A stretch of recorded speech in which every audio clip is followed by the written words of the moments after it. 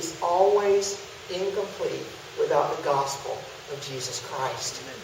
The law brings death, but Jesus Christ brings life. The law exposes everything that is inadequate in us. It shows us how we have hated.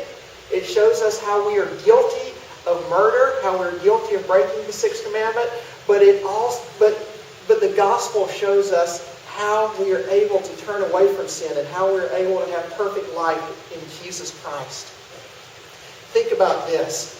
Think about that time in which Jesus himself was on trial. He was standing before Pilate, the governor, and Pilate was absolutely desperate to find some sort of way to get Jesus off the hook. Pilate was trying to find some way to release Jesus because Pilate knew that Jesus hadn't done anything wrong. Pilate knew that Jesus was innocent. But Pilate also wanted to please the Jewish people, and he knew the Jewish people wanted to kill Jesus, and so he wanted to do what his people would like. He was a man pleaser. And so Pilate had the perfect solution. He said, I know what I'll do. This is going to fix everything. I'm going to take this guy, Barabbas. And Barabbas is a notorious murderer. He's a bad, bad, bad guy. And Pilate says, if I take Barabbas and I'll say, release this man, then surely everyone is going to say, yeah, don't release Barabbas, take him to death, release Jesus. And so Pilate was going to give them a choice of who to release. Barabbas was someone who is a notorious prisoner. He is someone who committed murder in the uprising, the Bible says. And so Pilate offered him to the crowd.